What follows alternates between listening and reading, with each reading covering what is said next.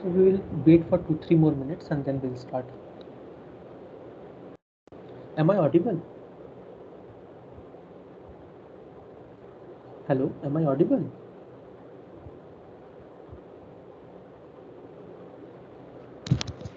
Hello, am I audible?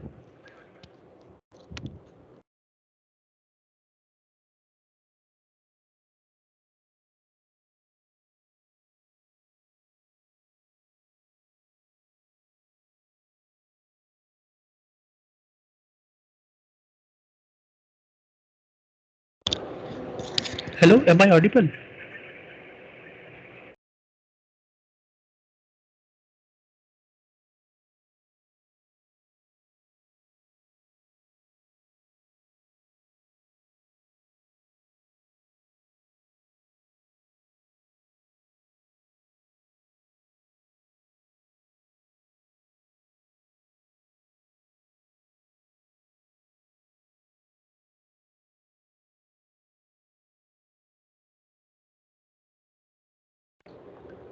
Hello, can anybody confirm? Am I audible? Yes, sir. Okay, okay. Thank you. So we will wait for 2-3 more minutes and then we'll start. Okay.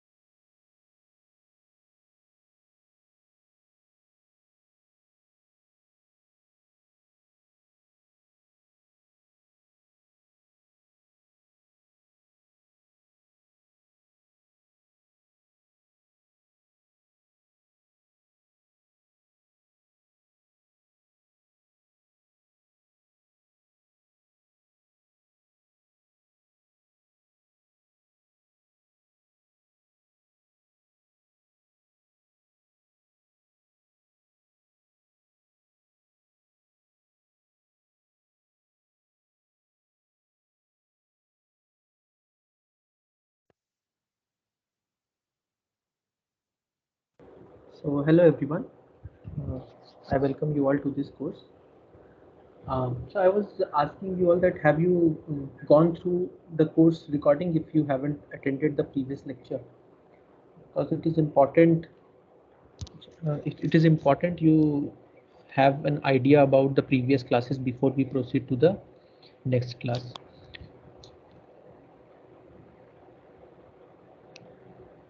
Can anyone unmute himself or herself and speak? Or if you have any doubt in previous classes, you want to clarify those doubts. You're able to hear me, right?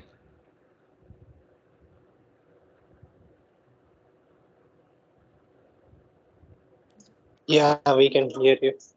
Okay, thank you for confirming at least. So I guess you don't have any doubt and I see my screen is visible. So we will proceed in for today's class. So in the last class, if we go to our last class code, we can see that we were talking about initially about the how Anaconda, we can use Anaconda to write our program. Then we talked about some of the data types and then we moved on to numbers. Then what are assignments? We also saw what are booleans and how it is represented. It can have two values, true or false. Then we saw type conversions, so we can convert one data type to another. Then we moved on to operators. So we saw 4 operators: arithmetic operator, comparison operator, logical operator, and assignment operator. We are yet to see bitwise operator and special operators, which we will see in today's class. We saw some arithmetic operations and then we talked about operator precedence. But in the previous class, I had not given you a complete list of operator precedence. So in today's class, you will get a comprehensive list of operators precedence, and we'll see some examples to clarify some confusion if you have so. All right. Then we moved on to assignments and we saw how variable binding and assignment of an variable to a number is done, but we did not talk about what a variable is.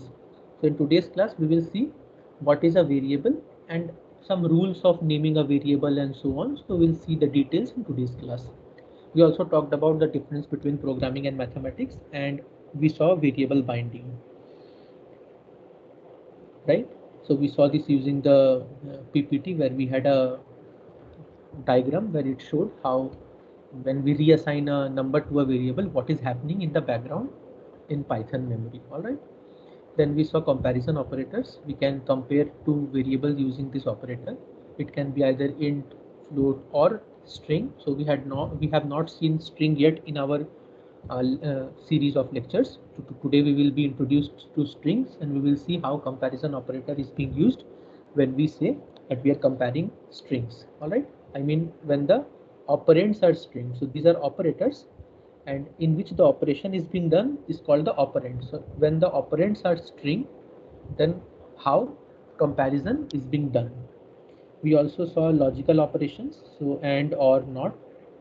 Then we saw assignment operators, and we completed that day's class. So there was some doubt in ID. So someone was asking about why this ID and allocation was there. So I have also given one explanation in the WhatsApp group, and if you have missed, so we will also talk about it in today's lecture. All right.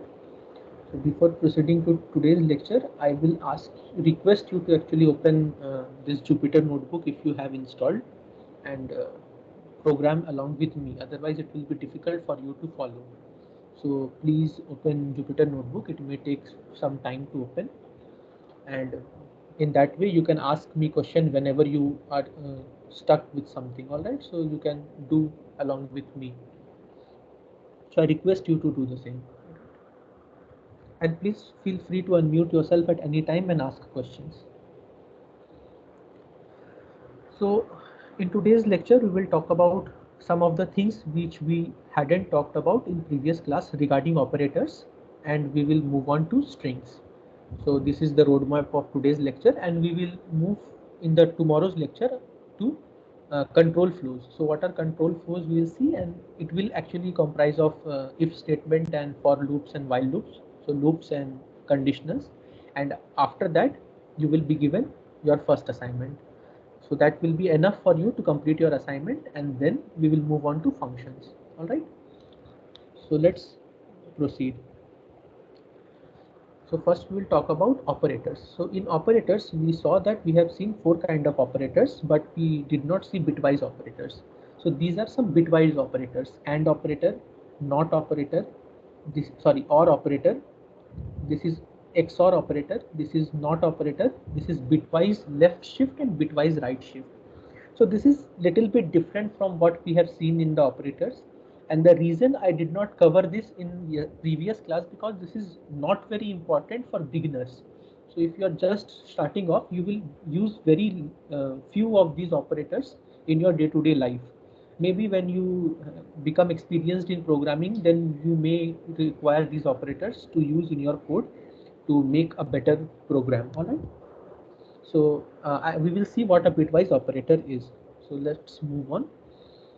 So before going to bitwise operators, you may know that we use decimal system. So in decimal system, we start with 0, then we move on to 1, 2, 3, 4, 5, 6, 7, 8, 9, and then we will not say 0, it will become 10. So this is a decimal system. In binary system, we have two numbers, 0 and 1. All right. So similarly, there are more systems. One is called hexadecimal system. Hexadecimal, you may know about this or you may not, but it doesn't matter. We are talking about this because we are talking about bitwise operator. If you are not bothered about bitwise operator right now, so you may skip this part, but still it is better to know about it. All right. So this is decimal system. This is binary system. In binary, we use two numbers, 0 and 1, and then it repeats 1 0 and so on. So I'm not writing that. You may have some idea. In hexadecimal system, you have 16 numbers or 16 digits, you may say, for unit digits. So it starts with 0, then 1 2 till 9 dot till 9, and then there are 6 more characters. So A, B, C, D, E and F. All right. So this is 16, and from next it becomes F. It will be 0, 1, 0. Yes. Sorry. Yes. So and so on. Now in hexadecimal, it is not very important to know. We will not use hexadecimal system in our code. Neither we will use octal system. But since we are talking about it, so I am saying. So in octal system we have 7 numbers. 1, 2, we have 7, and then it becomes 1, 0. So there is no 8 in octal system, number system. All right.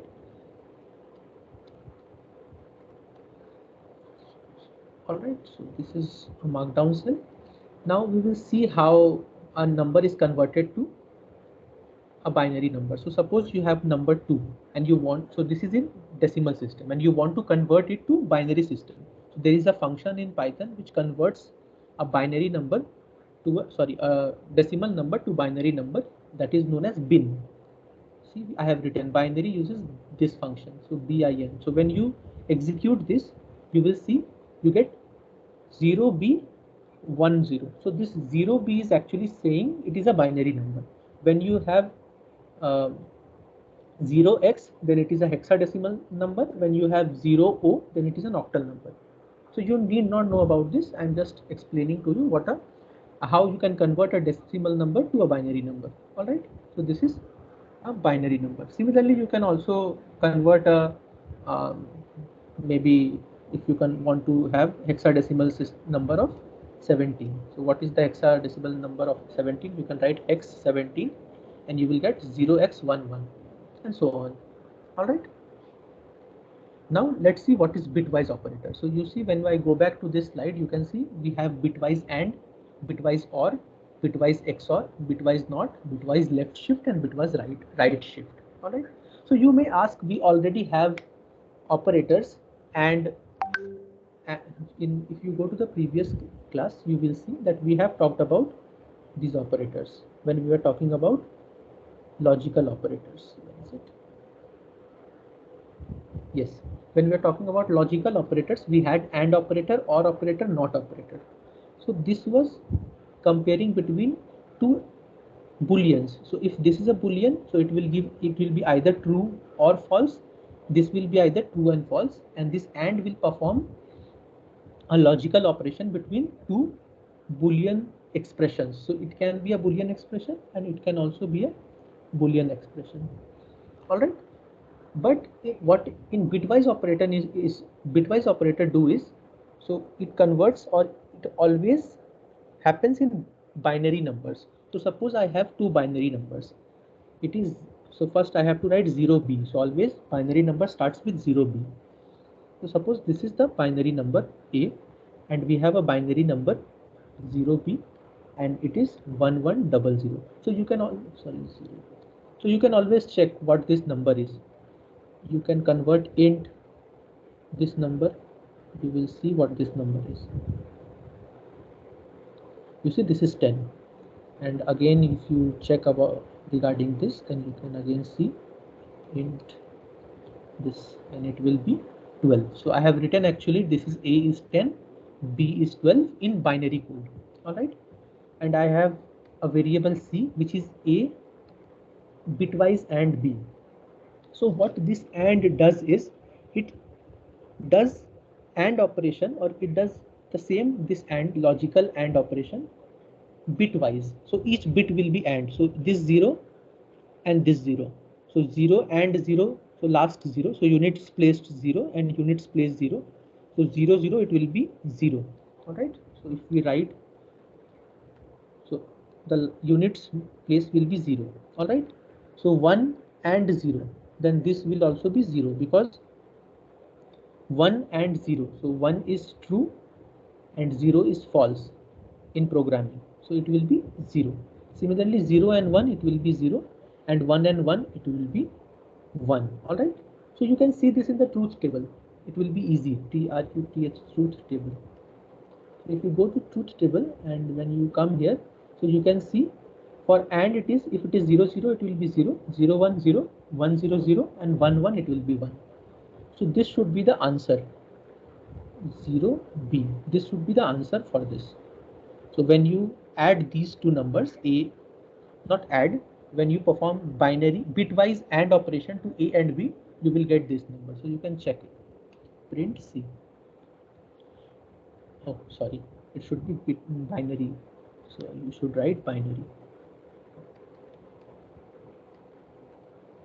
Yes, now you will get 0B100. All right. So this is bitwise operation, and you got the same answer. Any doubt here? Because this is a little bit tricky to understand. Any doubt? No one? I thought you might have doubt in this. Hello? Can anyone speak? Hello? Yes, sir, no doubt. Okay. So similarly, we will perform OR operation. All right. So OR operation is written by this symbol, you can say. So it is below your backspace.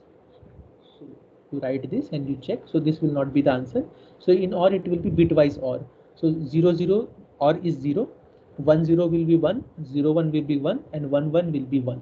So you write 0B because it is a binary number, and it will be 1 1 1 0. This will be the answer. You see, 0B 1 1 1 0. All right. Now you can have XOR. So XOR is not important. You can leave XOR, and NOT is there. Let us first see what is bitwise left shift and bitwise right shift. So it's not very different. What it does, it when you have a number A and you say bitwise left shift, so C is A less 1. So if you are saying C is equals to A, so this is actually left shift. So what you are doing is you're shifting this number one digit at a time. So what will happen is you will get this same number. You will get. So you will actually get the same number, but 1 0 will be added. So one shift will be there. But you have to note that since this is a 4-digit number, so it should be a 4-digit number. So this 1 will be erased. So this is the answer you will get actually. Or I'm sorry, this 1 will be there. So 1 will not be erased. So when you do print binary C, and when you check this, yes, 1 is there. So one place is shifted in the left hand side. So if you do 2, then two numbers or 2 digits will be shifted. You see 0B 101 000, and similarly if you do 3, then 3 place will be shifted and you will get 3 zeros at the end. All right. So similarly there is right shift. So when you do right shift 1, so all the things will be shifted one digit at the right. All right. So this will not be the answer, by the way. So you see this 0 is deleted. All right. When you do 2, then 2 numbers will be deleted. All right. So this is bitwise left shift, bitwise right shift. I hope it is clear. Now we will do bitwise NOT operator. So this is a little bit tricky if you don't have an idea of computer science. So it will become a little bit tricky for you. All it is doing is it is taking the complement of a number. All right. So let me make a code cell, and if you have a number A equals to, let us keep this number. If you have this number, all right, and you are trying to get the complement, so C is equals to complement of, so this complement is near 1. So when you go in the keyboard, beside 1, this sign is there. This is known as tilde in mathematics. All right. So what this is doing is it is taking actually, so when you complement a number in mathematics, it becomes negative. All right, this is a positive number, it becomes negative, and each bit is flipped. So what will happen is, I will comment and write. So first it will be a negative number, so I'll write minus. It will be 0 B because binary, and each bit will be flipped. So 1 will become 0, 0 will become 1, and 1 will become 0, and 0 will become 1. So this should be the answer. But in math, in computer, when you have binary number, negative numbers are not written like this. So minus something is not written. 2's complement of that number is taken. So what happens is negative number is represented as 2's complement. So what is 2's complement? All right, so this is what you will get after doing C. So C will have this number minus 0B 0101. What it did is it took this number, added a minus sign in front and flipped all the bits. All right, but this number you cannot represent in binary code. To represent this number in binary code, you have to get 2's complement. So what is 2's complement? You take this number, I'll just copy it here and I'll write down.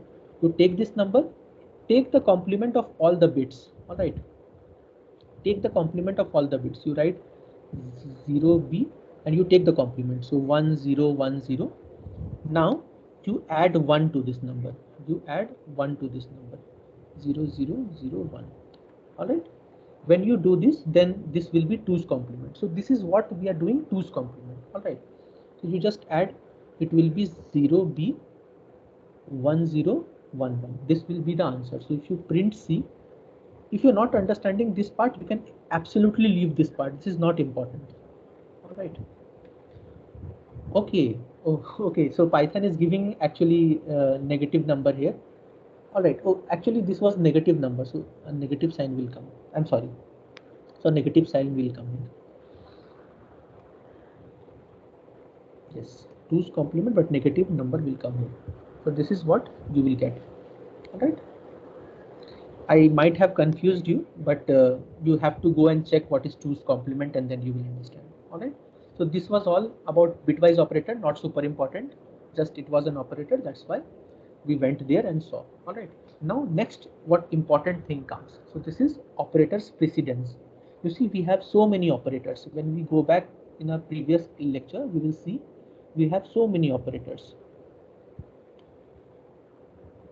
You see, arithmetic operator, comparison operator, logical operator, assignment operator, bitwise operator, and we have not talked about special operator. We can go and talk about special operator, but it is not in the precedence. So we have 5 kind of operators here. All right. So you see, I have listed down all the operators and given precedence. So just like in arithmetic, you have Bodmas rules. What is Bodmas? Bracket of, so BOD, so division, multiplication, addition, and subtraction. So you see, when you see this, you will have the same precedence in arithmetic operator also. So you have here division and multiplication, then lower precedence is addition and subtraction, and above it is bracket. So arithmetic operator follows this, all the operators follows this. So if you have bracket, so it will given the highest precedence. So in any expression, it will be evaluated first. Then suppose if you have multiplication, then multiplication will be done. If you have suppose some or and, then and or will be done. So this is how the precedence works. So in any expression, if you have these operators, this will be evaluated first, then next will be evaluated. So in this order from top to bottom. All right. So when you see some examples, then it will be clear. All right. So let us see some example. Suppose I have this code. So suppose I have a code like this, expression like this, 5 multiplied. So this is mathematics. 5 multiplied by 2 plus 3. All right. So you see, we already know this. So multiplication will be done first and then addition will be done. So it will be 5 into 2 plus 3. So you see, it is 5 into 2, 10 plus 3, 13. All right. Now if you have other operators here, suppose you have brackets. So we know this also in mathematics, we use bracket, but let us do it. So I will say 5 times 2 plus 3. All right. So spaces in the expression doesn't matter. You can give space or you may not give space. It doesn't matter in Python. So you see, you have this precedence. Now the tricky part comes. If you have other operators, you see, you can have power and bracket, and you can have and or. So let us take some example. Suppose you have and. All right. So you can have 2 times 3 and 3 times 4, 5. All right. So what it will do this operation first, and then AND will be done. Now you may ask, so this is mathematics and this is mathematics. What will AND do? So you see, if this multiplication is not 0, it will be true. Similarly, if this multiplication is not 0, it will be true. In Python, any number which is 0 is false, and a non-zero number will be true. All right. So T must be capital. So you see, when you evaluate this, it will be 2 into 3, 6, and 3 into 5. Now why it is giving 15? This is because any expression is evaluated from left to right. So when it is evaluating 2 into 3, 6 is there. You do AND, so this is true, and 3 into 5, it is true. So true and true, so it is true. So whatever is the last evaluation, that will be resulted, which is 15. All right. So you can have other also. So if you have FALSE, false and true, sorry, FA and true. Now you tell me, you see, you have false and true. So we have used AND in two places. So which AND will be done first? This AND or this AND? It doesn't matter, right? So you see, if this is false, this is false. False and false is false, and false and true. So what I am saying is, first do this, false and false. It will evaluate to false, and that evaluation false and true will be false, right? So we have got false. But the trick or the problem comes when you have an OR. Now you can have two different solutions. You see, if you evaluate this first, false and false, it will be true. Sorry, false and false, it will be false, or true. So it will be true. Now, if you do this, false and true, it will be false, but false and false will give true. Sorry, false. So I'm confusing. Let me write this again. So this can be thought of two ways: false and false, or true, or you can think of it as like this. So what is happening? Can you tell me if this is being evaluated or this is being evaluated?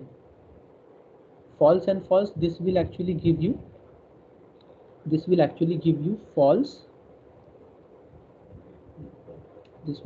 you false and true, but this will give you actually false from this here, and this will be true, right? Are you able to understand this, or am I just saying false true and nobody is able to understand? First when false or true. Yes, so first this is happening and this is happening. Why? Because there is something called associativity. So when you have some operator in the same precedence, so you see, there are some operators in the same this is not same precedence. You have AND with more precedence and OR with less precedence. So first AND will be evaluated and OR will be evaluated. So first AND will be evaluated in this expression. In this expression, first AND will be evaluated and then OR will be evaluated. This is why. So you see, AND has more precedence than OR.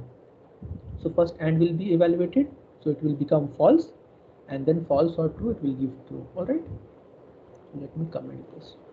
Now you can have more than one operator in the same uh, precedence. So you see, multiplication, division, integer division, and modulus have same precedence. Similarly, if you have power, so this double, so you can have this expression 2 to the power something, so 3 to the power something. So tell me, what will be evaluated? This will be evaluated first or this will be evaluated first? I mean to say, what will happen? This or this or this? 2 power 3 plus Can you be more? Can you repeat? I couldn't hear you. 2 power 3 is first evaluated. Yes, so this will be evaluated first. Why? Because if you have some expressions which have more than one operator of same precedence, then you have to check associativity. What is associativity? You perform the operation from the direction it is saying. So you see, when you have multiplication, it is saying perform the operation in the expression from right to left. So you go from right. So from this side you go. So perform this first, and then you just a minute. From right to left, right? So let me check what the solution is. Yes, so first this is evaluated 3 to the power 2, which is 6, and then it is evaluated 2 to the power 6. From right to left it is evaluated. I'm sorry, I told the other way initially.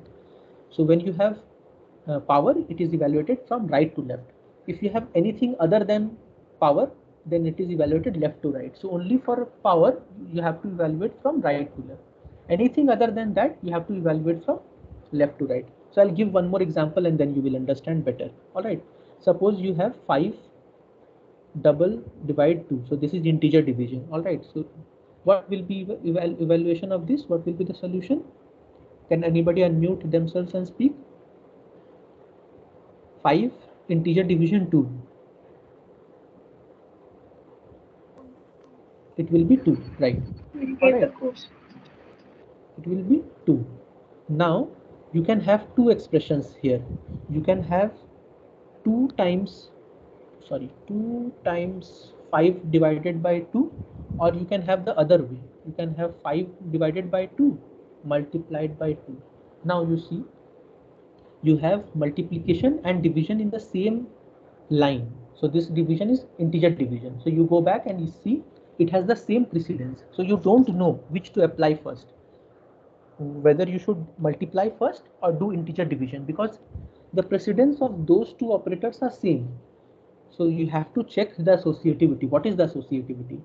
It says perform the expression from left to right. All right. So go back. You perform the expression from left to right. So you do 2 into 5, which is 10, and integer division by 2, it will evaluate to 5. Over here also you do from left to right. So first integer divide 5 by 2, which will be 2, and then you multiply 2 by 2, it will be 4. All right. So these two will explain what is associativity in operations. So you understood what is associativity, right? Hello? அந்த பொண்ணு ஆண்டா அப்படிங்க இப்ப நான் cycle எடுக்கும்போது அந்த பொண்ணு cycle சாஞ்சி Any doubt? அந்த handle பாரு என் டயருக்குள்ள போயிடுச்சு மாட்டிக்கிச்சு ஒரு 5 நிமிஷமா எடுக்க ட்ரை பண்ணீங்க அந்த பொண்ணு வந்துச்சு You have unmute yourself. I'm not able to understand. Cycle மாட்டிக்கிச்சு அப்படிங்க உங்க அம்மாவும் இருந்தாங்க அப்புறம் வந்துட்டு எடுத்து விட்டாங்க. All right. So I hope this is clear, associativity and operator precedence. If you have doubt, you can just stop me. All right. So this is the precedence. You perform the operator first, which has higher precedence, and then go down. All right. And if you have more than one operator in the same precedence, then check for associativity. And it is easy to remember associativity because all happens left to right in an expression except for this operator, which is exponent operator. It is power. All right. So I have given here some text which says that certain operators in Python do not have associativity. What does it mean? You see, when you have assignment operator, it has no associativity, which means that it will give syntax error. So let me show you what it means by syntax error. You see, you have a number a variable a which has a value of 3, a variable b which has a value of 5. All right. And you are assigning, so suppose you have one more variable c which is a value of 10, and now you are doing assignment operator. All right. So you are doing a equals to b plus equals to c. So you see, in one line or in one expression you have two assignment operators, and when you go back to the table, it says that when all these operators are there, it has no associativity. So this will give you an error. It will not perform from left to right or right to left. It will not do that. This will give you an error. So this is not a valid syntax. All right, so these have no associativity. Similarly, this operators, comparison operators have no associativity. So if you have something like an expression which is like, just let me comment this, an expression like A is greater than B, which is greater than C. So this means nothing in Python. So this will also give you an error, you see. Okay, this gave a, so in this case it happens from left to right. But if you have equal to here, okay, again, so I have made a mistake. So from wherever I have written this, it says that it has no associativity also in the table, but there is associativity. So you can check, all right. But assignment operator has no associativity, that is for sure. You can check here. So assignment operator has no associativity. So I'll double check this thing, why comparison operator is giving false and not. So assignment has no associativity, that is for sure. I will check comparison and inform you in the WhatsApp group, right? So this was important. Now we were talking about special operators. So when you go back, you see we have done arithmetic operators, comparison operator, logical operator, assignment operator, bitwise operator. Something called special operator is left. So in Python, there are two special operators actually, in and is. All right. So there is something called in and is. So what in does is it checks if some number or some data is present in another data or not. So we have not talked about list, but still I am giving you here list. We will talk about list in next to next class, or maybe in next week somewhere. All right, what is a list? You just see it is collection of any data type. So it can be integer, it can be float, it can be string also. All right, so it is just a collection of data. So it is a list. LST I have given a name. This is what a list is. We will talk about list in detail in future lectures, but just understand for now that this is a list. And what is list? It is collection of some data or objects, you can say. Now I have assigned this list to a variable named LST. All right, and I'm saying if 1, so I have to see if a number is in the list or not. So this in operator helps me do that. So I want to check n in LST. So it is just saying I want to check if 1 is present in the list or not. So when you do this, you will get true.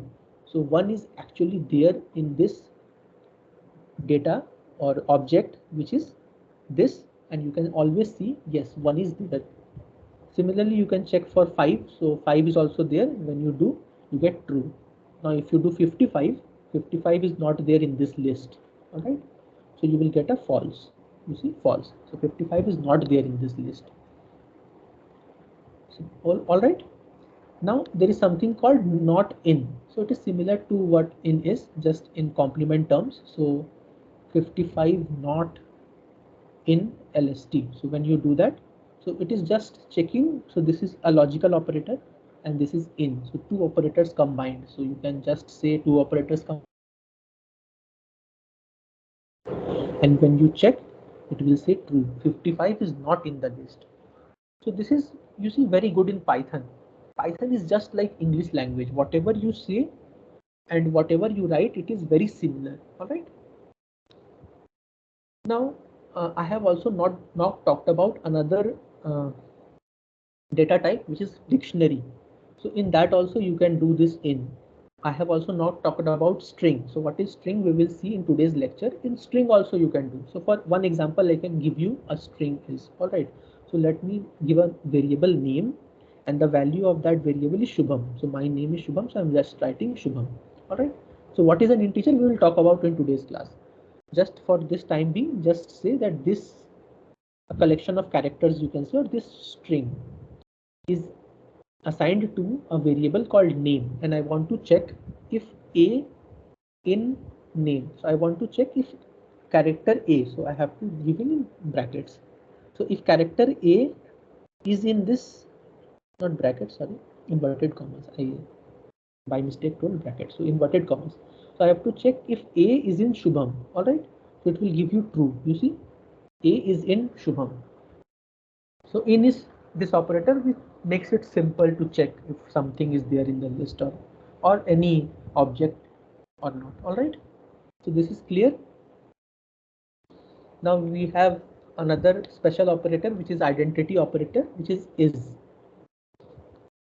All right, so is you can just let me give you example, then it will be clear. So A is 5 and B is 5. Now you are checking A is B. First let me check A equal to B. So can anybody tell me what should be the answer of this? A equal to B.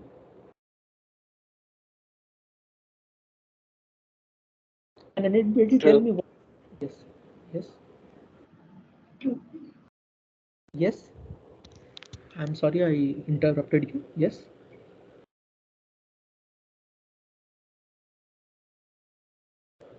All right, so this is asking a question if A and B has is same. All right, so it is just checking the value of A and value of B, and it is checking, so it will give you true. All right, now is very similar to this thing. All right, so it is saying is A and B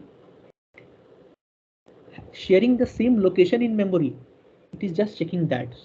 All right, so I will show you in pen and paper, it will be better. Just see what the answer of this is. It will be true. All right, but if you have two lists, so if you have this one list, I'll copy from here. So this is a list lst1, all right, and another list lst2. So this is also same. So let me do this. Yes, you see these two lists have the same elements. All right, so when you do lst1 equal to lst2, it will give you true because it is checking the value of these two. So 1 is equal to 1, 2 is equal to, at each individual location. So at first location it will say 1 1 2 2 3 3 4 4 5 5, it is true. But when you say lst1 is lst2, then it will give you false. Now why it is the case, let me just show you with pen and paper, it will be better. All right, just a minute, give me 1 minute.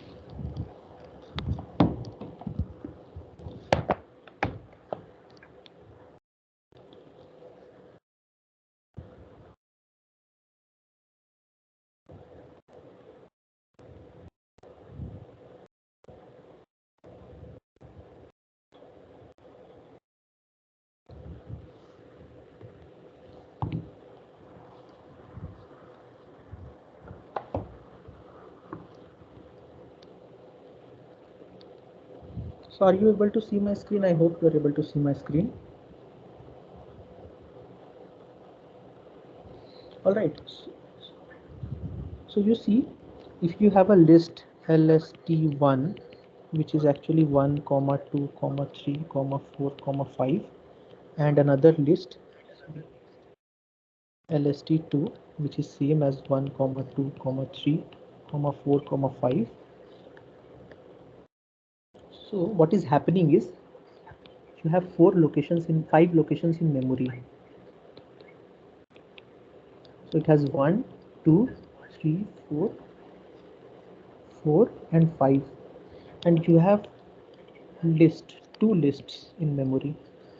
So first location, you divide this 1 2 3 4 5, second, third, fourth and fifth.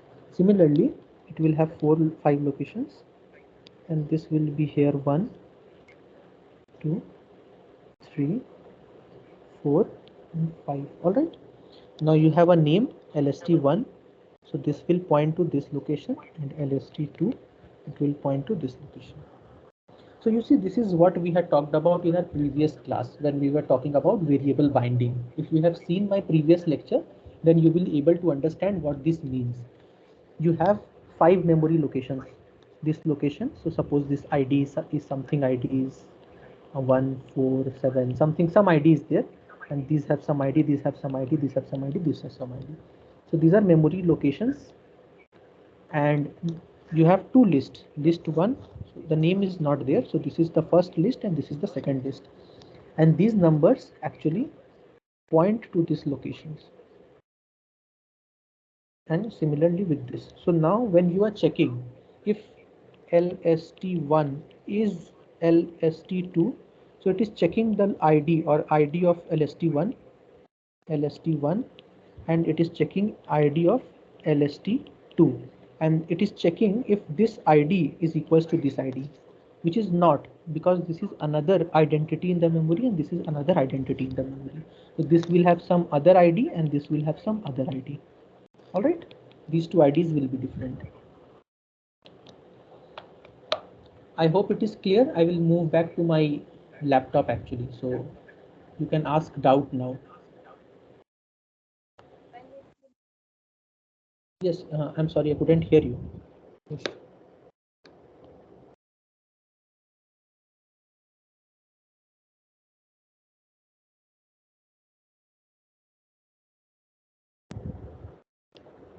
Hello? Hello? Yes, yes. Yes, Vijaya. Will ever memory Sorry? ID will be always different. I am not able to understand your doubt. In this one, the list 1 and list have different memory IDs. Yes.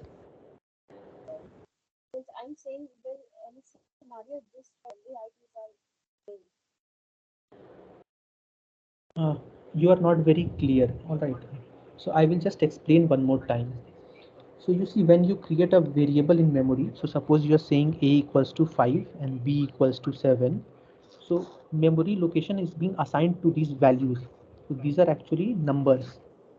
So 5, one location is assigned. Suppose the ID is 14732, and one more location is assigned to 7, which is suppose 15372, something like that. It doesn't matter. It is just memory location ID. What is A? A is a name which is given to this. So A will point to this location and B will point to this location. Now when you say B is equals to A, this is being cancelled. So this pointer is being cancelled and B will point to this memory location. All right. Now come back. Okay. Now come back. In this case, the memory ID will be same. Yes, in this case, the memory ID will be here. In this case, ID of B after reassignment will be equal to actually ID of A, which will actually be true. All right. Okay. But here what is happening, because this is actually data type, when you go back, when you will see in my next classes, this is actually a separate data type, and in Python we have what is called list, a separate object as list. So this will be assigned to a different memory. So let me change color. So this will have a separate location in the memory, and this will have a separate location in the memory. So the ID of this and ID of this will change, sorry, will not be the same. All right. Okay. Any more doubt? No. So I'll just go back and stop sharing.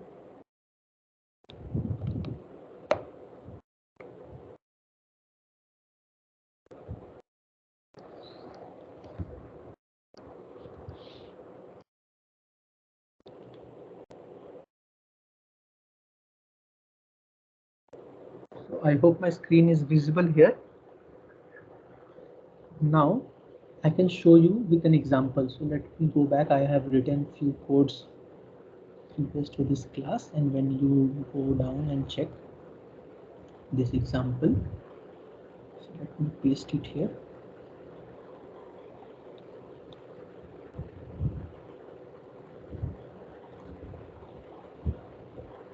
So you see what we have done is, here I have a list 1 2 3 4 5 which I have named as my list, and what I'm doing is I'm printing the ID of my list. So this is the ID of my list, and also I'm printing the ID of the first member of the list, which is first element of the list, which is 1. Similarly I'm doing for 2 and 3.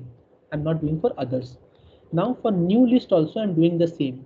So I'm checking what is the ID of new list, and also I'm checking what is the ID of first element, second element, third element. And when I execute this code, you see ID of my list, which is this number, will be exactly the same as this number. This number, which is the first element of my list, the ID of that is the same as this number. All right. So these are stored in the same memory location. Now suppose I have another list. Suppose I have another list which is exactly the same as the first list 1, 2, 3, 4, 5, and I am checking what is the ID of this new list 2 and the ID of first number or first element, ID of second element and ID of third element, and when I execute this, you see this ID is different from this ID. All right. This is important. Yeah, it may be stupid question. Means when you equate two variables, the ID becomes same, and also the thing, the ID is holding the Number. variables. That also same. Yes, for numbers it is same. So in previous class we have seen that if you have a equals to something 7 and b is equals to a, and when you check ID of a, it will be something, and when you check ID of b, So it's not like they are overlapping or they are. no, what is happening is there is only one number which is 7, which is stored in some memory location which has this ID 1404 something, So and so this this a, so yes, aren't the B is not the like B is erasing the A because occupying the same memory ID. It's not like no, that. A and B is stored elsewhere. So when we will talk about compiler and interpreter, so there are this Python has two things. It has also compiler and interpreter. We will talk about this, what is compiler and what is interpreter. All right. So compiler actually assigns the memory location to these variable names A and B, but interpreter assigns location to this numbers 7 and some other numbers. All right.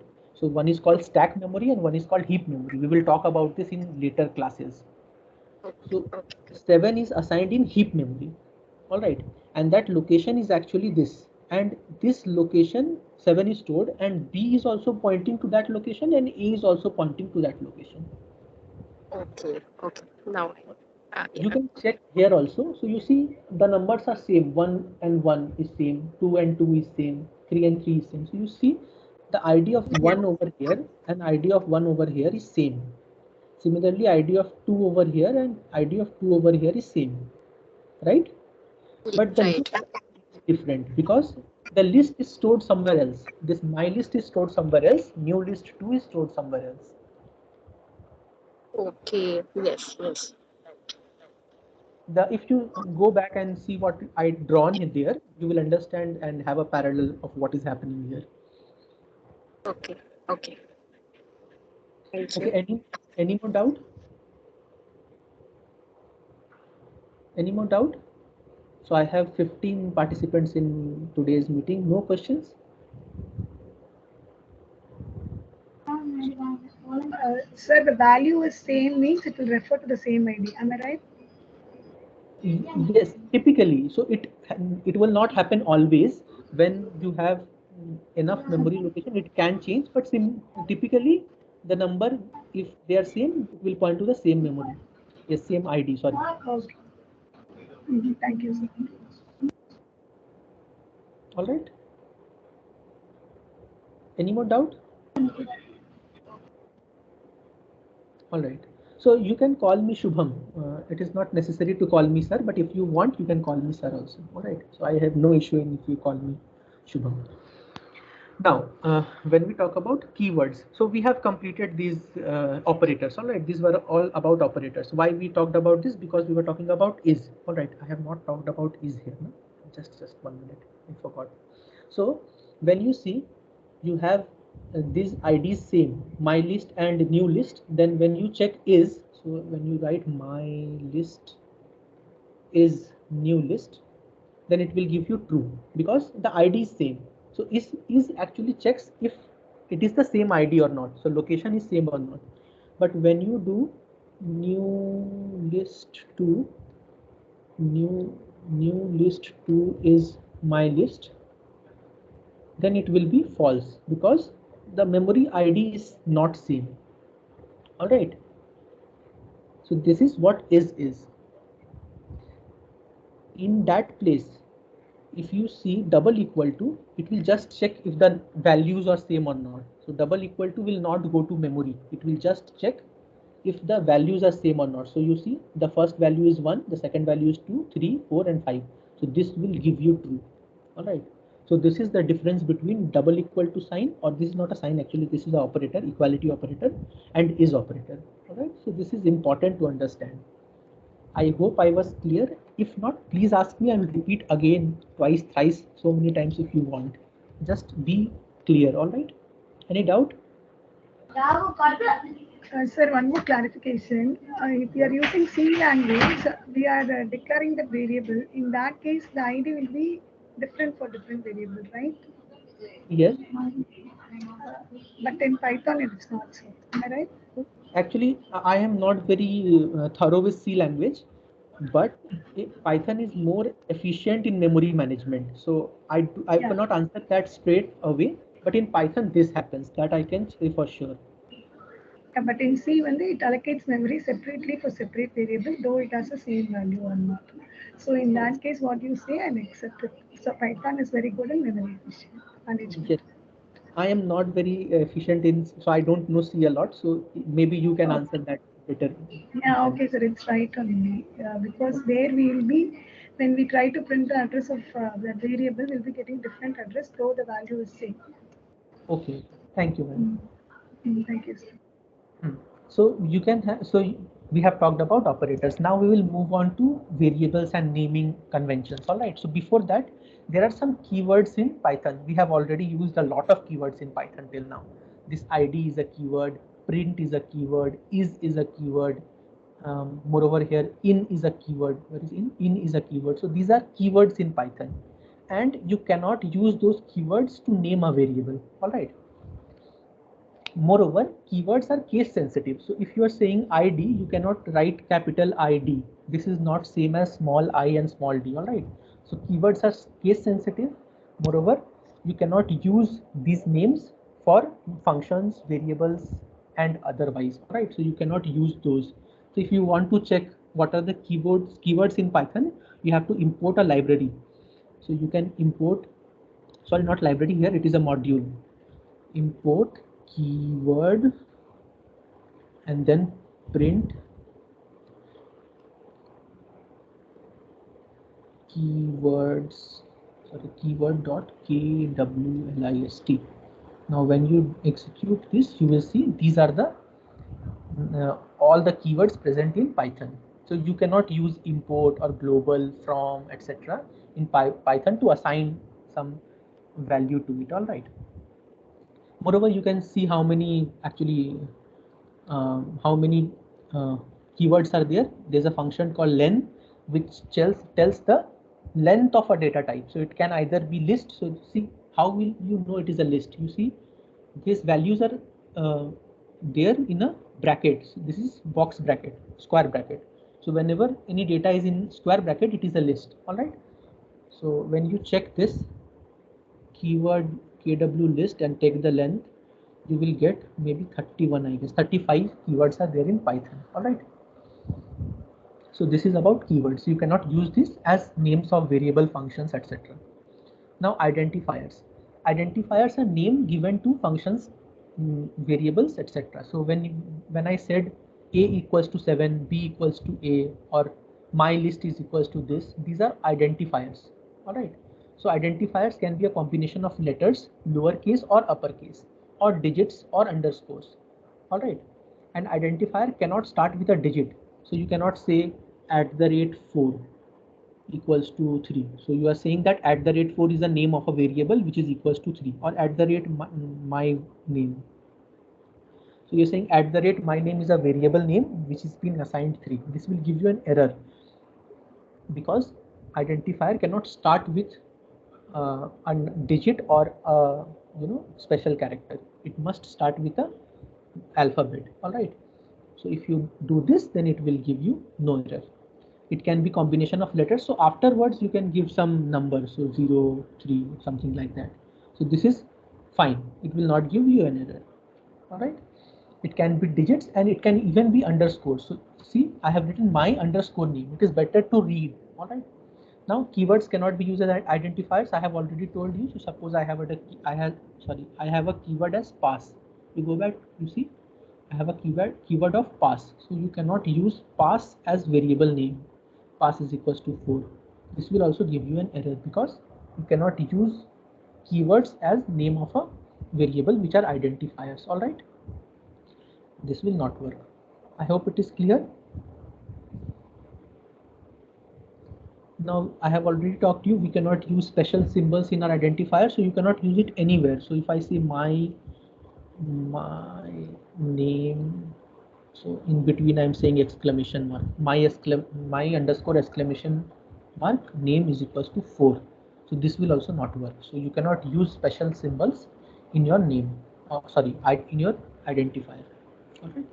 So what are identifier? It is just a name given to any class, function, variable, etc. Right. This was clear. Now we will move on to variable. So I hope this is clear. Hello. Yes, thank you. So we will go on to variable. All right. So we have seen variables a lot. Just one or two things which is necessary I want to tell you is, when you give a name to a variable, a is equals to 5 or 6, something like that. So in other languages, first you have to initialize the variable, all right, or declare the variable. So if it is an int variable, int data type variable, or float or integer, but in Python you need not do that. One more thing which is different from Python and any other language is that you can change the data type of the variable. So you see, we have assigned an integer value to a, but in later code you can always change the data type of that variable. So now I am saying a is 4.5 and it will not give an error. It will change the data type of a dynamically. Now suppose I am giving it a string. So suppose it is taking Shubham. It will also not give an error. All right. So this is different from any other language. It changes the data type of a variable dynamically. All right. Moreover, you can use multiple assignments. So this is not very important. Just yes. Subsequent line, what will you take? Sorry. Last one. Then what will be the value of A? Yes, you can check. If you have some doubt like this, you always check. You can, if you have opened the code, you can check. It will always be the last assignment. If you have these kind of doubts, please check in your Jupyter. All right. Now this is you can have multiple assignment in one line. So you can have A, B, and C is equals to 30, comma maybe 30.7 or 5, comma D. So if you do like this, you can also give multiple assignment in one line, or you can assign same values to all the variables in one line, like this. Kolkata.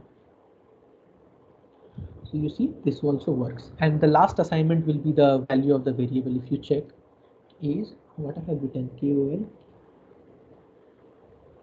This spelling is correct, right? I'm getting confused.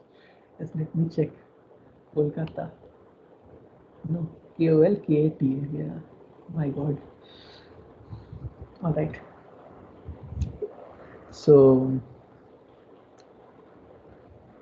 comments. So comments in Python we have seen. So I have always used comments when I wanted to tell you something. So it can start with a hash sign, and Python will ignore it. You can write anything.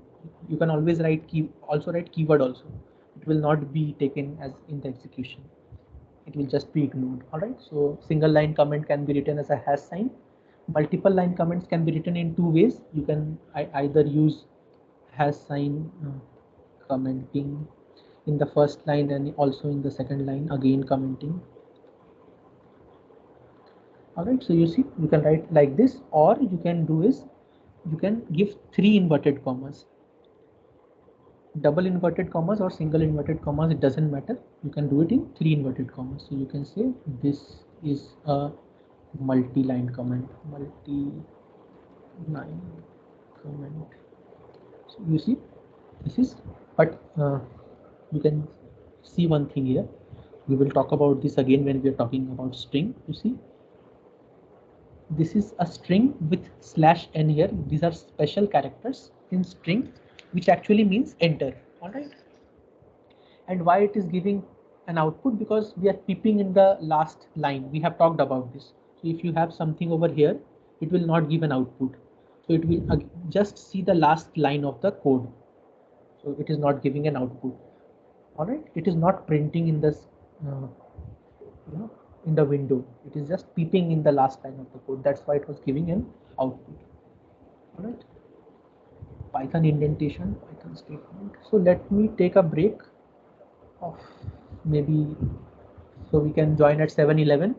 We will just quickly complete this and we will start string. All right. So let us meet at 7:11. And if anybody has doubt, you can stop me now and ask. It is better to use this time as well. Any doubt? Others can go on a break. We will start at 7:11. Sorry, 7:11.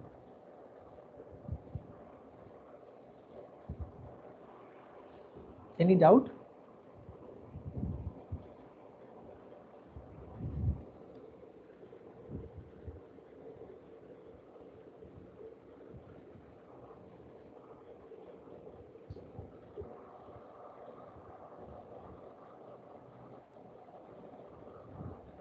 No doubt. All right. Then I'm also muting myself.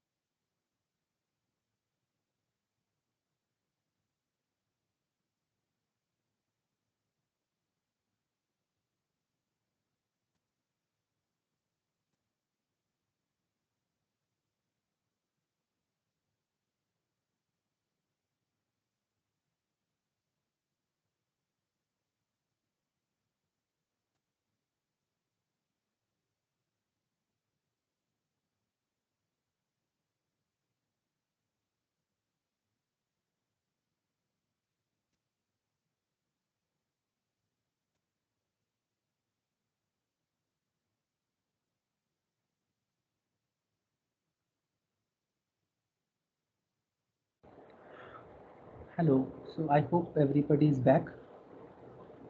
And yeah, so we'll move forward with Python indentation. So we have not talked about conditionals, which is if else or loop.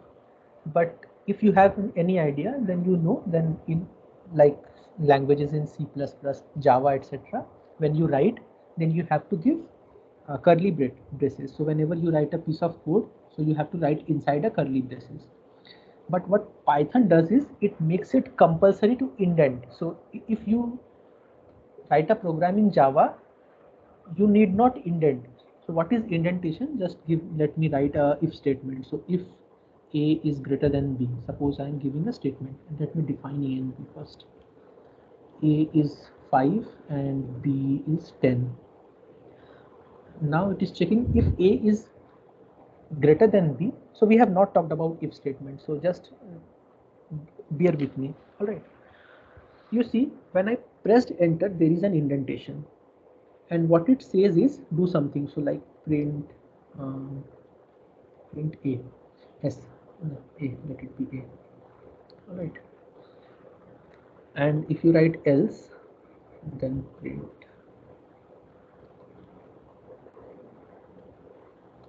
B. So you see, this indentation is forced. You have to indent in Python, but you need not write. You are not required to write the curly braces. So it makes the code more pleasing to eyes, and Python enforces it. You have to do it. There is no other way. All right. So what I have written here, the same thing I have written here. And when you execute this code, so A is not greater than B, so B will be printed. All right. So this we will talk about in our later classes. The thing is, Python enforces indentation. You have to indent in Python. All right. But indentation can be ignored if you write in one line. All right. So for example, if B is greater than A, now do this. So we will again say this. And yeah, so if you are not giving any indentation, if you are writing in the same line, so if you do this, sorry, if you execute this, then you see you need not indent because they are in the same line. All right, so this is what something about indentation. Now we are going to Python statements. So what is a statement? Any line of instruction to the interpreter is called a statement. So if I am saying A is equals to 1, this is a statement in Python. All right, we have executed this. A is equals to 1. This is single statement or single line statement. Now you may have some expression like some integer or some expression of maybe very large expression where you have n plus g plus and so on dot dot dot, and it is going beyond where you can see it is coming this side and also crossing that. So you can split that in multiple lines. All right, so just see if you have 2 plus 3 plus 4 plus 5 plus 6 plus 7 plus 8 and so on. If you have multiple these additions, right? So in Python I told you can give space, you may not give space, it is not necessary, but I like it better. All right, so now I'm talking about multi-line statement. So you can just split the statement by giving a backslash and you press enter. So this will be evaluated. It will not give you an error. All right, and when you check A, it will be addition of all this. But it will be better if you indent it like this. You can read. This is not for the machine. All right, it is for you to read. So this is what is a multi-line statement. You can also do it without using this backslash by using a bracket. So you can just start a bracket here and end a bracket here, and it will work. All right, when you check A, so it will work. It will not give an error. So these are the two ways to give multi-line statement. It just means that if you have a very large statement where variable names are there and it is crossing this boundary, then you can just put a enter and do like this. All right, now we will move on to strings. All right, so we tell Python that it is a string by enclosing it into quotation marks. So you see, now I am saying hello participants.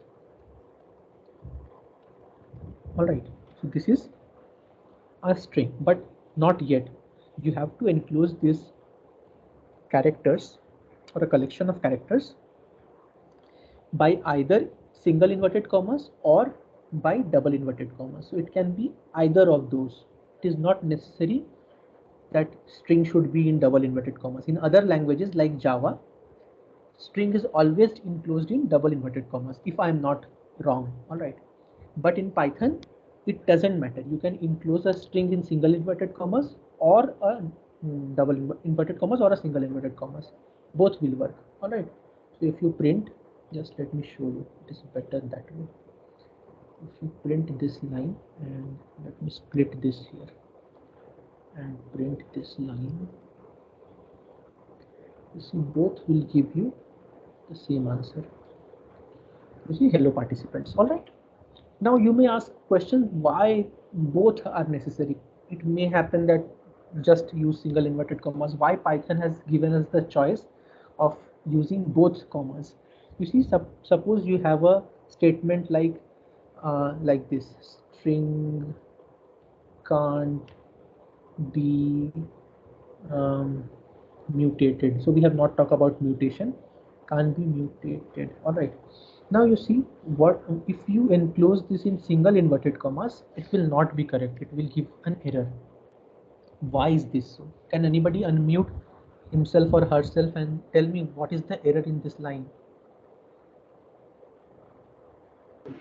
Sir, and the word key cannot, the single quote is getting closed. Yes, yes. So what is happening is, this is becoming a string and this is coming out of the inverted comma. Out of the string.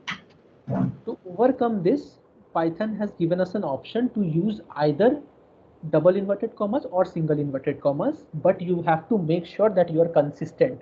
It may not happen that you have started with a double inverted comma and completed with a single inverted comma. You should complete it with the, you should be consistent. All right. If you are consistent, then it is fine. Now you see it has given you double inverted commas because you have used single inverted commas. If you have not used single inverted commas, suppose this was not there, sorry, then it will give you a single inverted comma. So Python stores string in single inverted commas. Only when single inverted comma is used in the string, then Python actually uses double inverted commas. All right. So this is about string. Now you know true is actually a Boolean value, but if you enclose it into inverted commas, it will become string. So anything when you enclose it in the inverted commas, either single or double, it will become a string. So it can be anything, any special characters also. So in identifiers, when we were there, we were talking about we cannot use special symbols in identifiers, but in string it can be anything. It doesn't matter. All right. So suppose you have written @2. So this will also be a string. All right. Number can also be a string. So if you say 234, so this will not be a number. All right. This will be a string. Remember this. All right. Anything in a double inverted comma or a single inverted comma will be a string and not any other thing. All right. Now there are something called operations in string. So you can perform concatenation in string. All right. So you see, if you have a string, suppose let me write a variable name Shubham.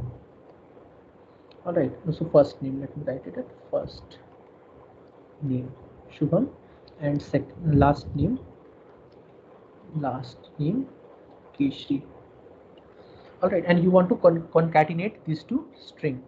So in other languages you have to call some function to do this, but there is an operator in Python which concatenates string. That operator is actually addition symbol. When you perform concatenation, you just have to write an addition symbol and it will do Shubham Keshri. But you see, this addition symbol will not add some space or something like that. It will just concatenate the string without any spaces or anything else. All right. So this is how concatenation works.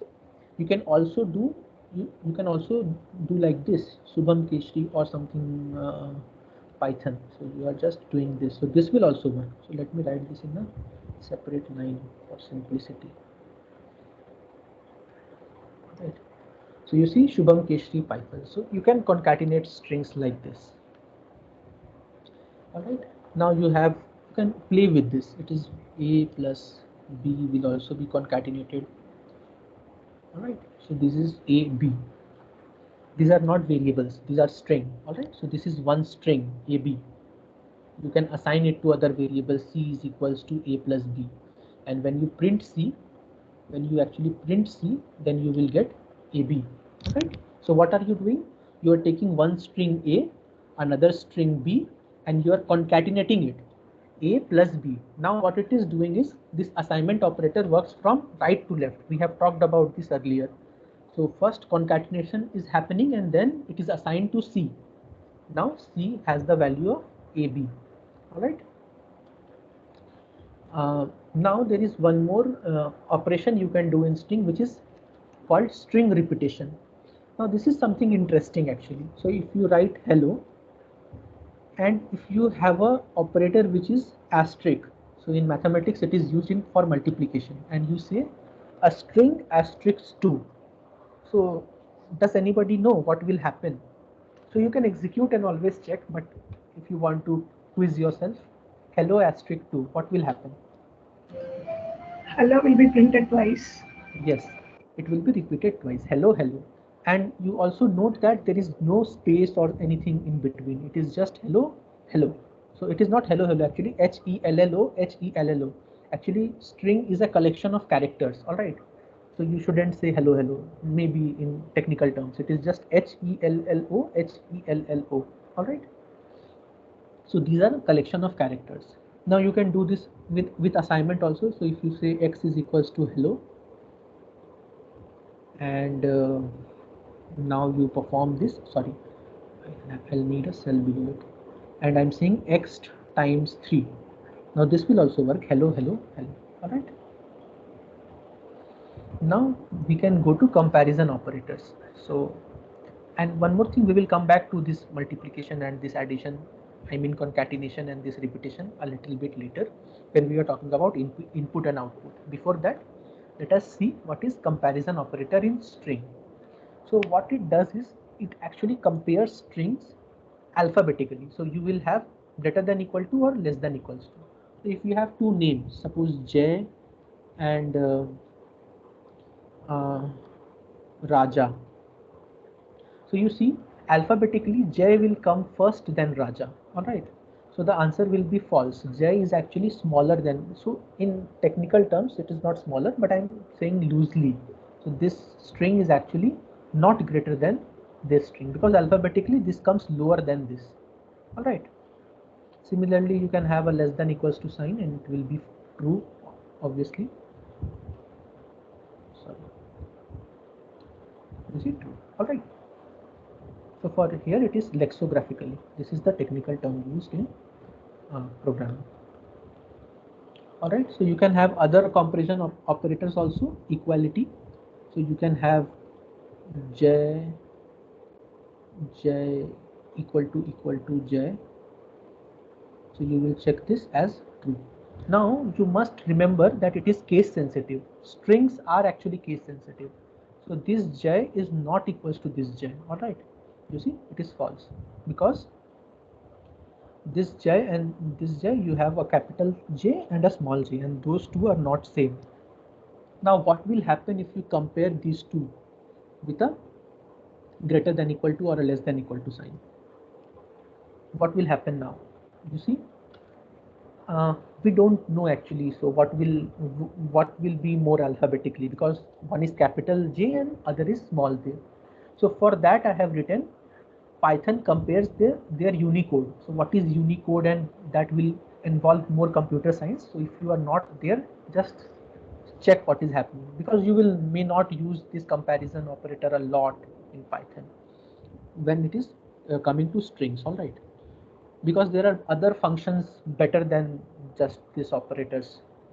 So this is giving false. It means that this comes, so this comes later than this. Oh, sorry, yeah. This comes later than this alphabetically or in Unicode. All right. So I also don't know a lot about Unicode. It is actually a collection of characters. So what is Unicode is, whatever I know, I'll tell you. So there are a lot of symbols, there are a lot of alphabets in English and in other languages, and each alphabet and each number and each character has been given a code. So earlier it was ASCII code, but humans realized that ASCII code cannot have all the characters in today's world. So earlier only English language was used, but they have Hindi, Mandarin, many languages, and all languages have different symbols and characters in it. So to accommodate that, they evolved into Unicode. All right. So it is also not absolute. There are two different or three different types of Unicode. I am not very sure.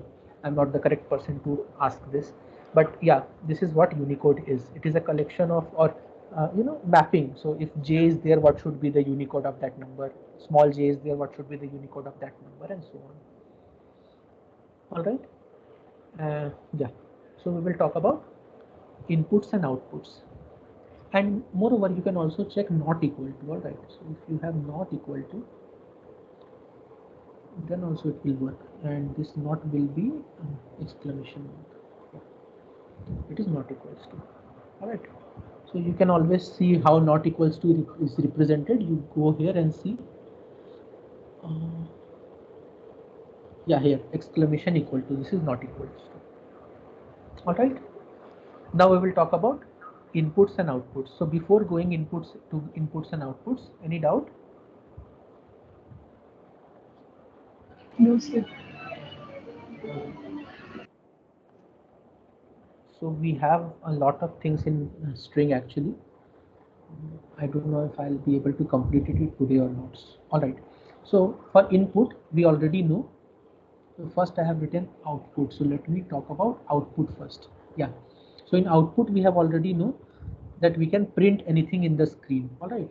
So if you print like this, hello, then it will be printed in the screen. Mind you, this is not the same as this hello. All right.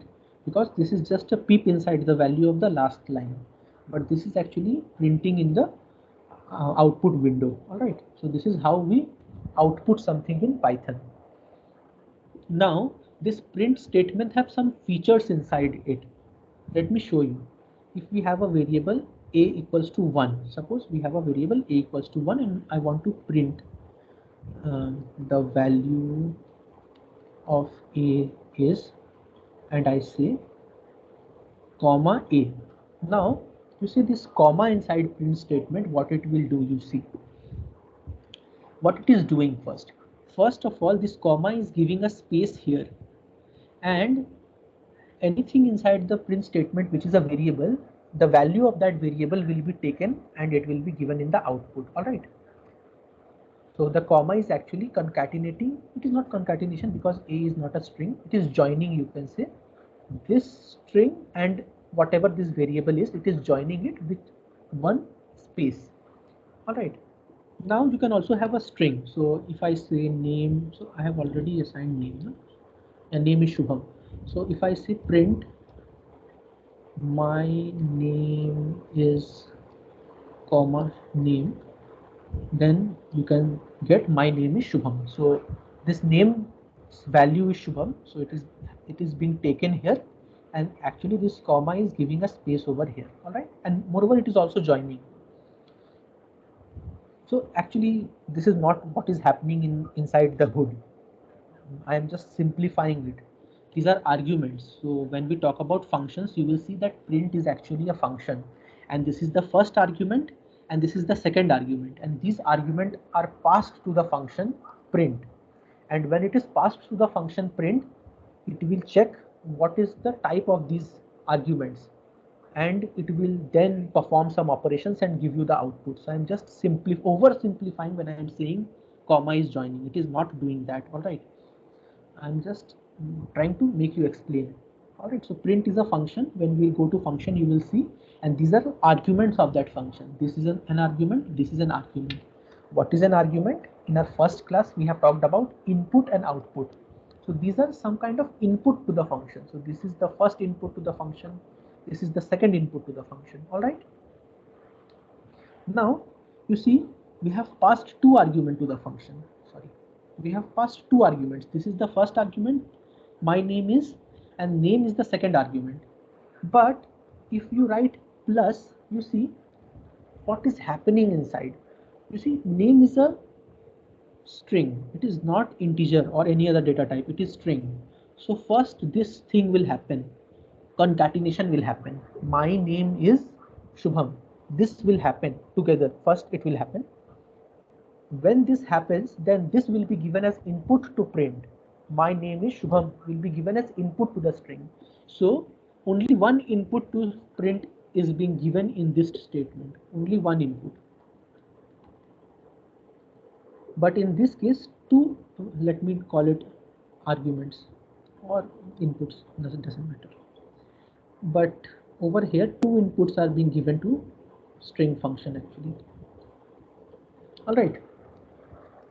So what is the input? My name is Shubham. Now you see there is no space. Why is this so? We have talked about it in today's class. Do you want to speak and tell me why there is no space here? Anyone? Why is no space here, but a space is coming over here? Because we are using the concatenation operator. Yes, when we are concatenating two strings, we talked about this. When we are doing concatenation, you see no space is being added between two strings. So that is what is happening here. We are doing concatenation and no space is being added, and that is passed to print, and then we are getting an output. All right. Now, one or two things are left. Let me complete it. So first I'll write this, and next I'll write this. All right. And I'm printing it. You see, I have not given any new line command. So over here I am saying print this and print this. So print automatically adds a new line in the output when the print statement is completed. All right. So you can also add a new line if you want. So suppose you want to add a new line here. So let me copy it and paste it here. And you want to add a new line here. So you have to write \n. This tells the computer that there is a new line character here. This is actually called escape sequence. We will talk about this when we talk about functions. You see, my name is enter Shubham. You can also give a tab. It is \t if I'm not wrong. All right, let me see. Yes, my name is enter. My name enter is tab Shubham.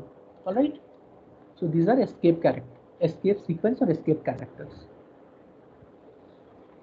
Now you may want an enter, you may not want an enter. Sometimes when you are working in a loop, so when we were in the first class, we talked about what is a loop and how do we work with a loop. Suppose you don't want an enter because you want to print it again and again in the same line. Then there is one input to print you can give end with. So this is actually I am forgetting the technical term. So you can give one input to end. So if you give an input to end, which is suppose space, and then you say my name is this, then you see this print will not give a new line because the ends with actually in Python it actually ends with \n. So what is happens is it actually ends with \n. All right. When you replace this \n, so let me copy again. When you replace this \n with anything else, then that \n vanishes and you have comma in that place. All right. This is fine. So actually you are changing the end new line in print. So you are saying don't end with new line, end with something else. You can also say comma and space. So when you do that, you will have comma and space. So this is what is there. All right. Is it a lot?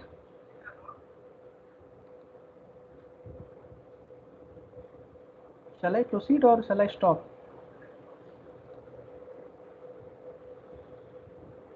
How many students are there? There are a lot of students, 14 students, and none of them are speaking. Yes. Yes. So you can take input from the user. So you see, you always want to interact with the user. So you can take an input from the user, and there is a function called input. And in this function, you can pass a string. So suppose you want to ask, type something, please type something.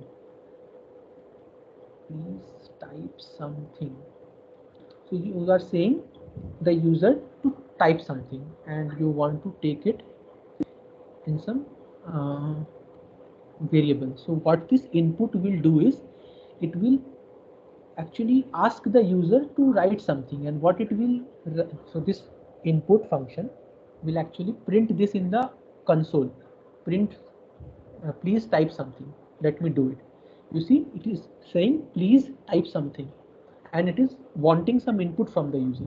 Suppose I am saying again Shubham, let me do it. You see, this Shubham is being taken as the input of this and assigned to text. So the value Shubham, which is a string, is assigned to text, and when you say text and check, you see this value, which is a string, is assigned to this variable, which is text. All right. Now what happens if you want a number from the user? So if you want to have a number 1, so, and please enter a number. Enter a number.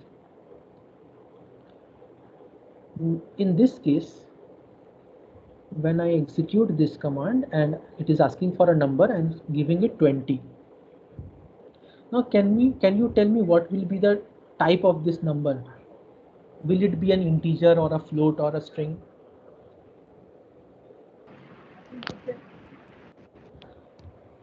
Yes. So in other languages, it is actually an integer, but in Python it is not. It will always give a string. So this 20 will not be passed as integer, it will be passed as string. This is different from some other languages, but in Python it is always taken as string, not as integer. So if you add 10 plus number 1, it will give an error because number 1 is not a integer, it is a string. If you want to take it as a string, then you have to cast it, which we talked about earlier, casting, when we said number. So let me paste it, sorry.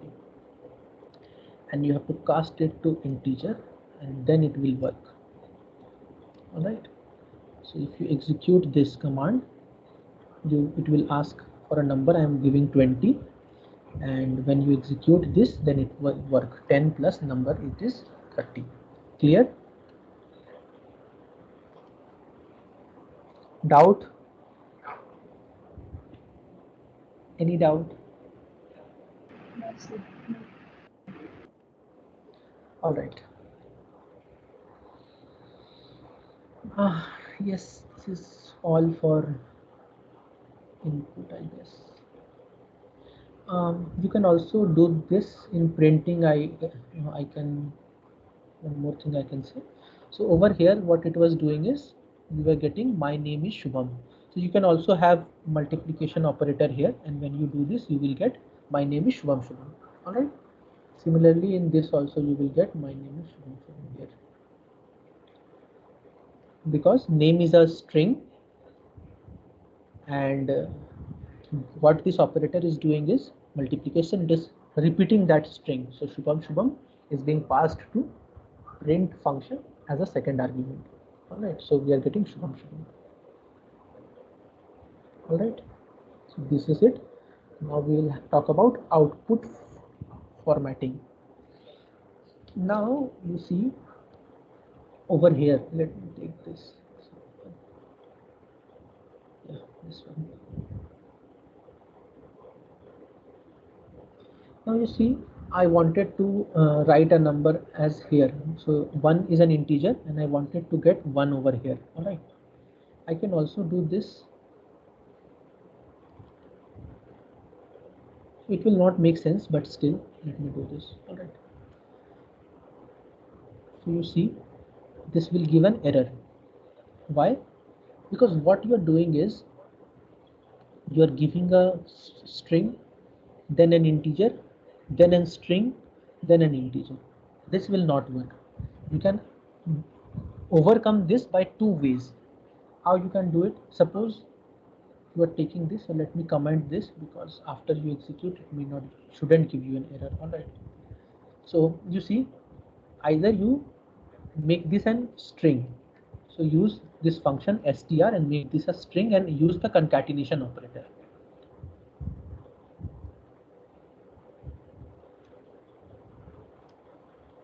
And give a plus sign over here.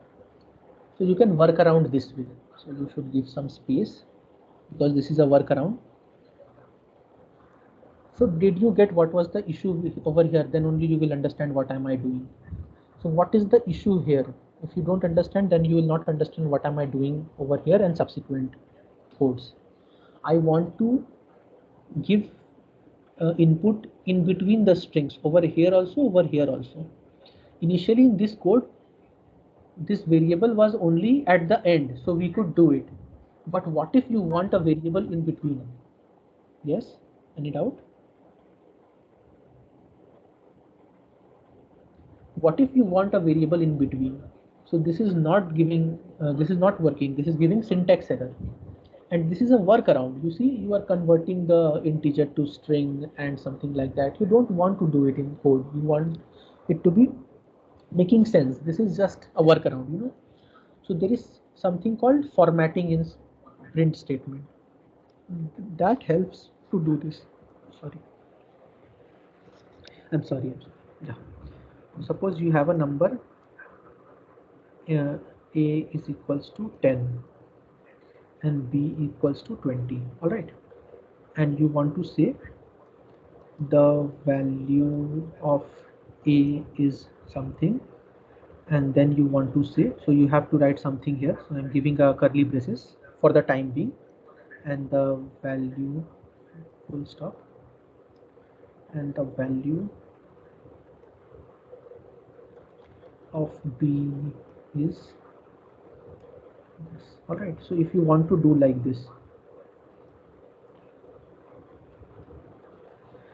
so you see, you want a's value over here where I have given a curly braces and b's value over here.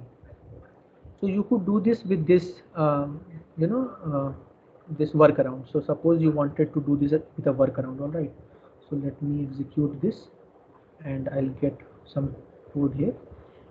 Sorry. So you are using this workarounds. For that, you're saying that I will end this here and I will say stra, and then again I'll start a string with this and I'll say b. Now you see this will work. Sorry, what did I miss? What did I miss? Yeah, I missed an addition here. So you see, it is saying the value of a is 10 and the value of b is 20. Now this is working fine, but this is not very good code. It is correct code because you are getting the correct answer, but this is not a very good code. So there is something called formatting or format string. In that case, what you do is you write an f in front of the inverted comma and you write the variable over here. So you write a over here and b over here. All right. So what did I do? I wrote f, which means format string, and I gave a curly braces and said give the value of a over here and give the value of b over here. You see, this is one complete string. I have not broken down into multiple string, which I did over here. This is one string, this is another string, this is another string. That I did not do. This is one complete string. From here till here, this is a complete string. But using this f or format string, I am saying that put the value of a here, put the value of b over here. And when you execute this, you will get the answer. All right. Earlier, there was, sorry, early, yeah. So earlier in Python, this was also done by another command which was called format, and it was done like this: format A comma B. I hope this will work. Yeah, you have to write over here 1, 0 and 1. I'll tell you what this means. All right, now it will work. Yes, so you see this is same as this, but you are saying that this is a function format and you are mentioning A and B, and this 0 means whatever is in the first place. So in programming generally positional value starts with 0. So whatever is in the 0th place, put that value over here. Whatever is in the 1's place, put that value over here. So if you change the variable A and B, like B and A, if you do, then the value will change. You see, the value of A is 20 and the value of B is 10. All right. So this is also a way of formatting output. Is it fine? Shubham, can you I missed you. Can we?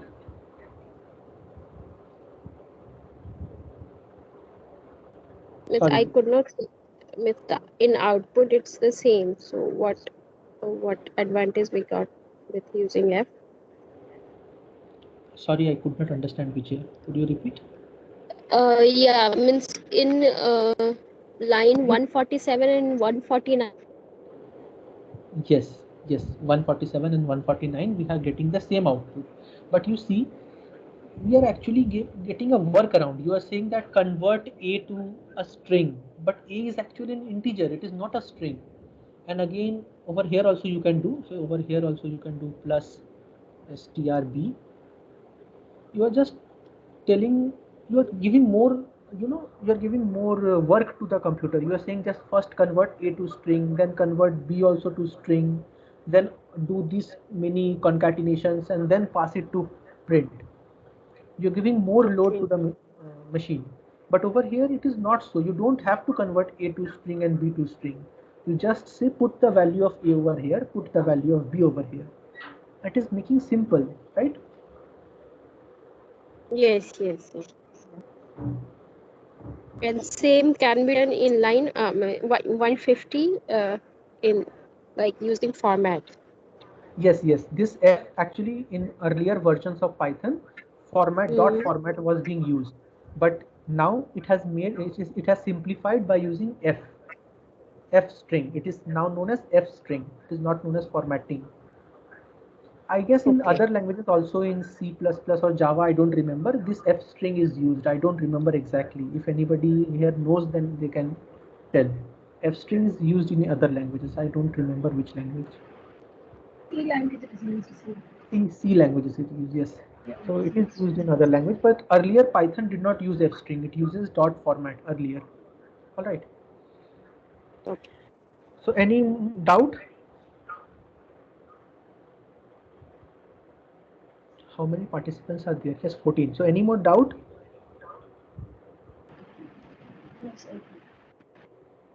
So are other participants able to understand? If not, then it will be difficult. You will not like the course and you may drop out. So please stop me. You can ask me for extra hours. I can schedule more classes and go back to the lecture 1, lecture 2 or lecture 3 and explain. So I want you to learn something. I don't just want to teach and complete some many hours or so, something like that. So in case you're not able to understand, you can text me. I can schedule some extra classes and I can go back and explain. All right. So this course is meant for you, not for me or something like that. So you can ask me anytime or anything. All right. So again, I'm asking, if no doubt, then I'll proceed. So it is almost 7:50. I shouldn't start anything. So I'll just give a glimpse of what string manipulation is, and I'll stop. So I'll take this in the not tomorrow's, Monday. We'll meet Monday on Monday. So we'll do it on Monday. All right. So any doubt? No, sir.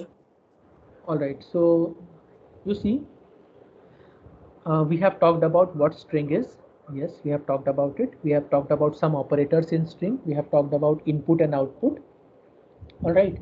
We have also the output is formatting same. Now there is something called indexing. So I'm not talking about slicing first. I'm talking about indexing. So let me take this above. So it's in the same. Let me split this.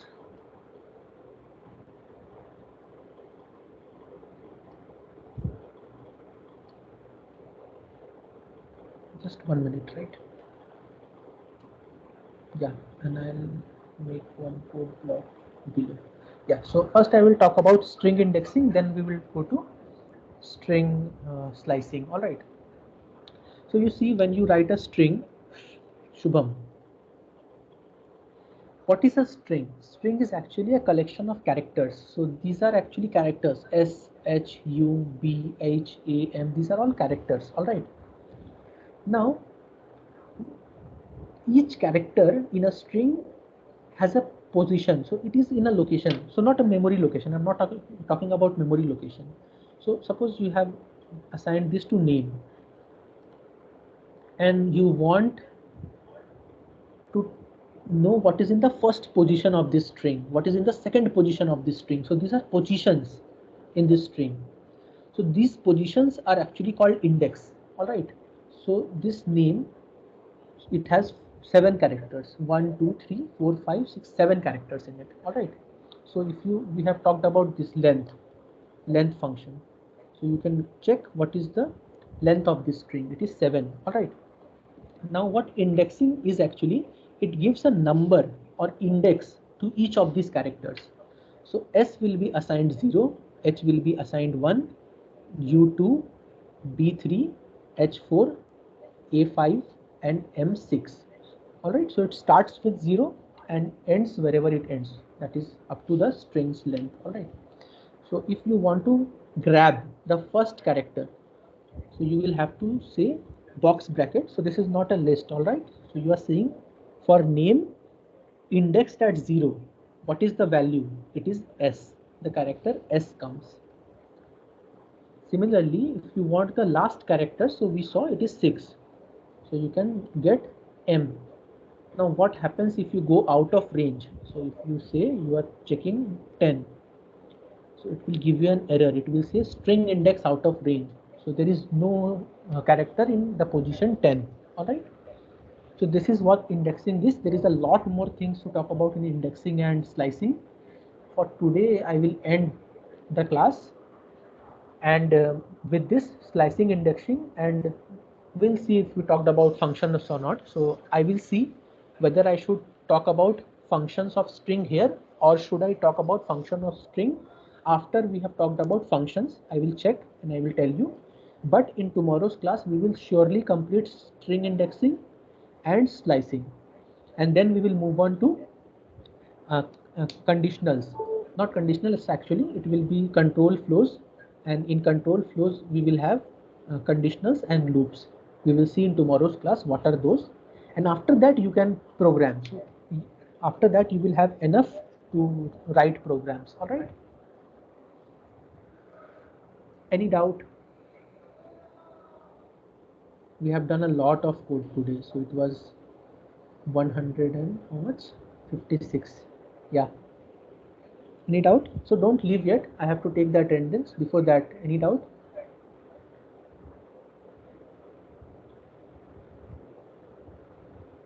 No doubts.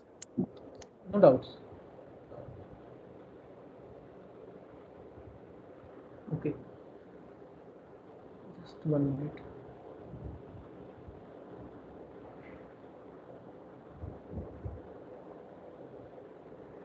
Yes. So you see there are 62 people registered in this course and only 14 or 15 are present.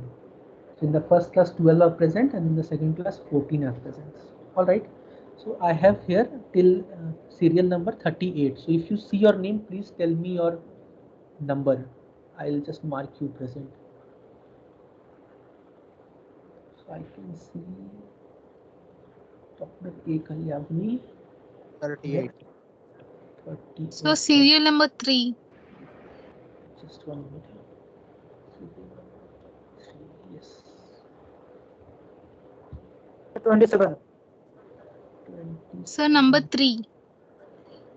Okay. Yeah. Next.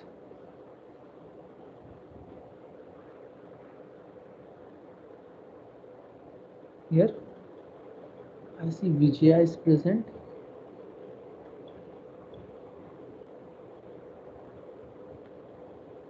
Sir, 50. 50, yes. So 6 have responded. Sambhavi, Nilima. You can see Nilima here. 3, can you see? My name is not there. What is Yes, your name? it's there. Lima Kollar 30. Yeah, I have marked you present. Yeah. Vaishnavi is here, but I guess she is not responding. And Ranjit is here. Please. Ranjit is Yeah. here.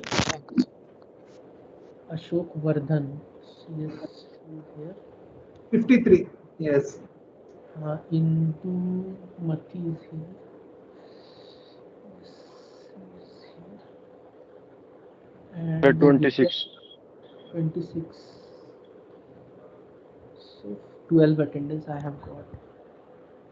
One more I guess is remaining. Manish.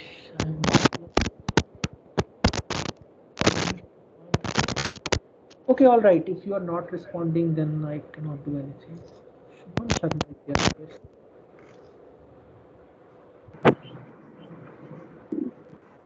No, Sagar Sharma, I'm sorry. Yeah, so 14 participants, including me, so 13. Yeah. All right. Thank you. And if you have any doubts, you can chat with me in the WhatsApp group.